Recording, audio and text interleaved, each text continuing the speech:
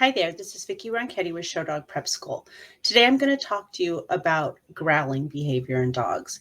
And this is very related to the theme of fearful dogs that we've been talking about lately on Show Dog Prep School.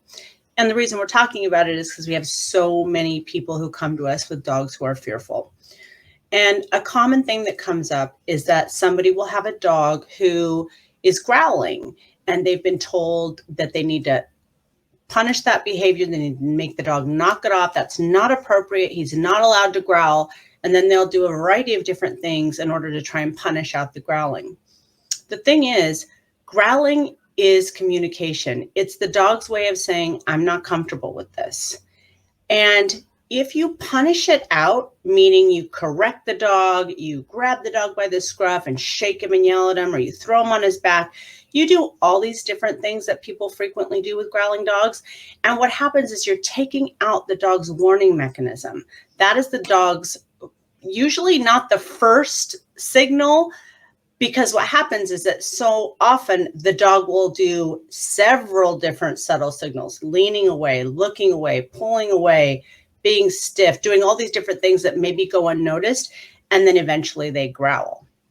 Some dogs go right to a growl, but it's more common that they do these other signals first, and those go unnoticed. And what that means is that basically the dog is trying to tell you he's not okay, and that's being ignored.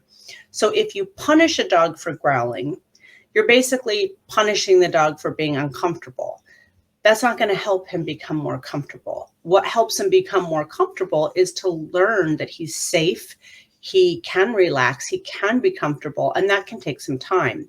So sometimes people will punish the growling and the dog stops growling and they feel like, yay, we've solved this problem, we did it. They didn't solve any problems for the dog. They suppress the behavior of growling, but they could also have taken out that very valuable warning communication.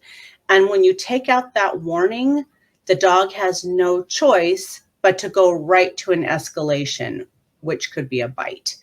And it could be very severe or not severe. It just depends. But we don't want to take that out. We want to learn if the dog is growling, why the dog is growling, and then actually teach them to be okay with that. So I've had many dogs and worked with many dogs where it was growling over food or growling over handling or growling over these different things. And I just taught the dog to be comfortable with that thing, and then the growling went away. But I don't want the dog to think you're not allowed to tell me when you're uncomfortable, and if you do, you're going to get in trouble. That is not good for your relationship with the dog, and it's not going to help the dog better cope in those type of situations. So don't punish the growl.